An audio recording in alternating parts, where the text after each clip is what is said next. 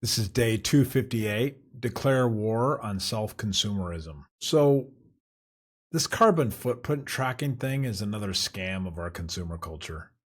Do not get me wrong, I'm just as much a tree-loving hippie as anyone else, but seriously, companies are not doing anything to alleviate your carbon footprint. They're just helping you feel better by spending your money with them.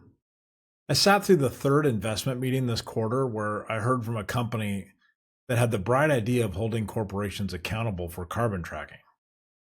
I kept thinking in my mind, you know what? These companies don't want to be held accountable for carbon tracking. Why are they going to pay you to do it? According to this last business plan I listened to, companies need an outlet to demonstrate or justify their carbon savings. So you guessed it, how are they going to do that? By buying their service, a subscription service nonetheless. I was pondering this concept this morning. I was considering whose brainchild it was to create a term that would get people to start thinking of their travel and other energy expenditure in terms of a footprint.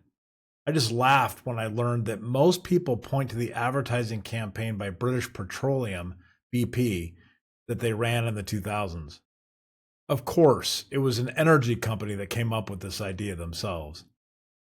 This is not the point of this article, however. If you want to track your carbon footprint to help yourself feel better, that is fine. It's not my place to argue for or against that concept. I am more into a direct and immediate impacts of what I'm doing to my environment. Like when I woke up this morning, I realized that I left my gas stove burning all night long. Wow, was that grill really hot this morning? A side benefit is that there's absolutely no carbon left inside my grill whatsoever. Everything that could be burned has been burned. At least it's clean now and ready to go for the summer.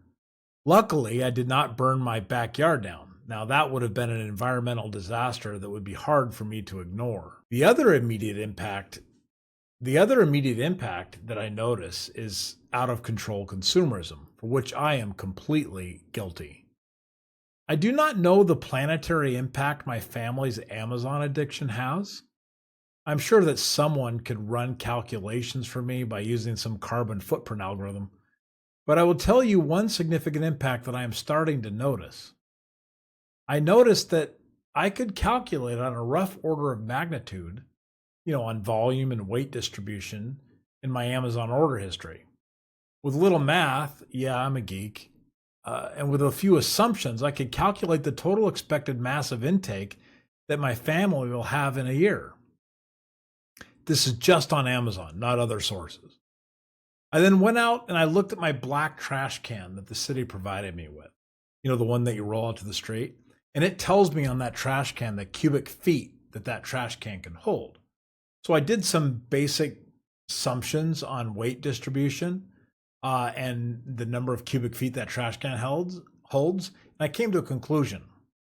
If we keep going at this rate, we will likely be buried in stuff in less than 15 years. We are not removing stuff at a fast enough pace. Now, that's assuming the trash can's full every week. Now, forget my impact on the environment. I will not have any room to live in this house. I will have to buy another one just to keep up with the flow of goods into my front door. Armed with this new intel, I've decided to take a careful look also at my spending habits. There are some pretty awesome AI tools out there now for crawling data, and with a few quick downloads of my account details, I was able to do some pretty fun queries. I was really proud of myself until I figured out how much I'm spending annually on subscriptions. I will not say the number. It is really embarrassing. I hold my head in shame.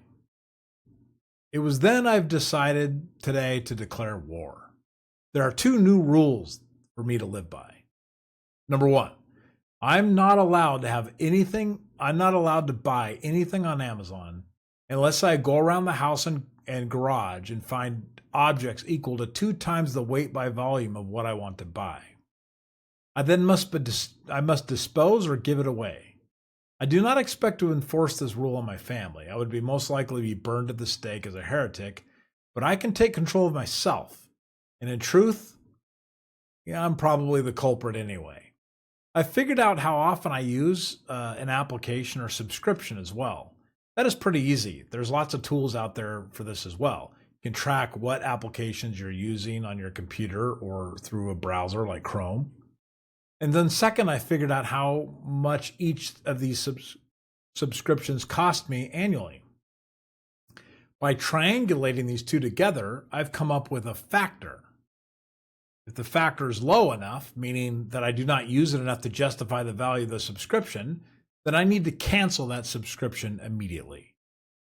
For starters, I wiped out all subscriptions today that had a 0 factor, meaning that I have not used that subscription this year.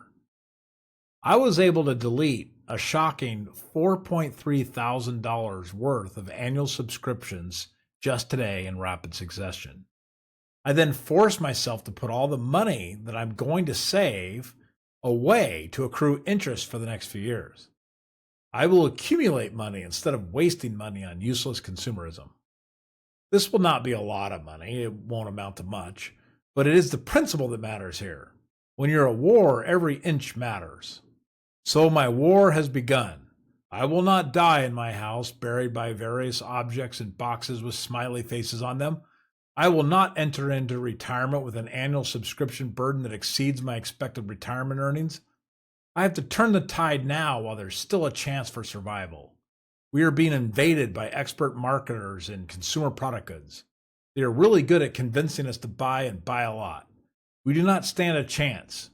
Do not let yourself slip quietly into the darkness. Fight while you still can.